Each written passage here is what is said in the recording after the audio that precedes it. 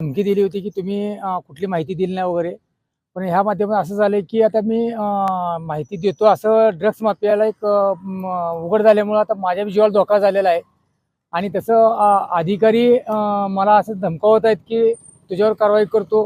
ही एक कुठेतरी एक तक्रारदाराला भीती वाटण्यासाठी झालेलं आहे.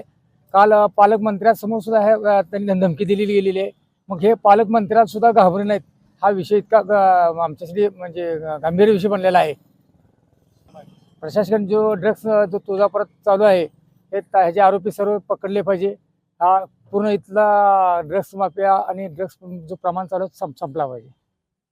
यांनी काल पुजारी व्यापारी आणि तुळजापूर शहरातील रहिवाशांची बैठक घेऊन त्या बैठकीमध्ये पोलीस डिपार्टमेंटला 72 घंट्याच्या आत अहवाल देण्याचे आवाहन केले. त्या अनुषंगाने जर 72 तासाने पोलीस डिपार्टमेंट नाही दिले अहवाल बिहवाल तर या अनुषंगाने तुळजापूर शहरवासी पुजारी व्यापारी या सर्वाला घेऊन सन्माननीय मुख्यमंत्र्यांची भेट घेऊ व पुढील रूपरेषा ठरवू.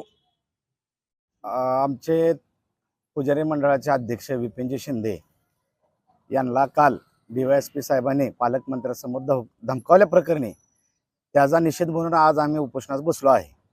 माझी DYSP साहेबांना किंवा पोलीस प्रशासनाला एक विनंती आहे की तक्रारदार लोकांना धमकावण्यापेक्षा एवढीच शक्ती तुम्ही जर ह्या ड्रग्जमध्ये जे अडकलेले गुन्हेगार आहेत त्यांना पकडण्यासाठी जर घालवली साहेब तर आम्ही स्वतः सर्व तुळजापूरचे नागरिक तुमचा आणि ह्या पोलीस प्रशासनाचा छत्रपती शिवाजी महाराजांच्या चौकात भव्य असा सत्कार करू. केव्हा ज्यावेळेस तुम्ही आम्हा सर्व तुळजापूरवासियांना आणि ह्या युवक पिढीला ह्या ड्रग्सच्या विळख्यातून बाहेर काढचाल आणि ह्या तुळजापूर शहराला जिथून हा ड्रग्सचा पुरवठा होतो तो पुरवठा बंद करून आम्हाला ह्या विळख्यातून बाहेर काढचाल. आणि माझं ह्या तुळजापुरातील युवकांना आणि नागरिकांना एक कळकळीचं आव्हान आहे की हा जो ड्रग्सचा जो विळखा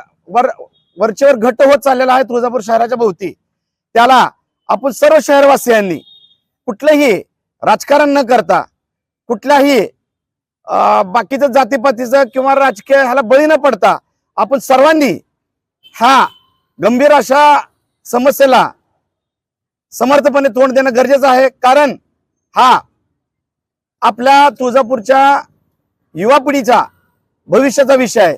त्याच्यामुळं मी सर्व पक्षांच्या सर्व जातीच्या सर्व धर्माच्या समाजातील सर्व घटकातील लोकांना एक आव्हान करतो की ह्या लढ्याच्या विरोधात आपण सर्व तुळजापूरकरांनी एकवटलं पाहिजे आणि समर्थपणे तोंड देऊन ह्या समस्येतून आपण बाहेर पडलं पाहिजे.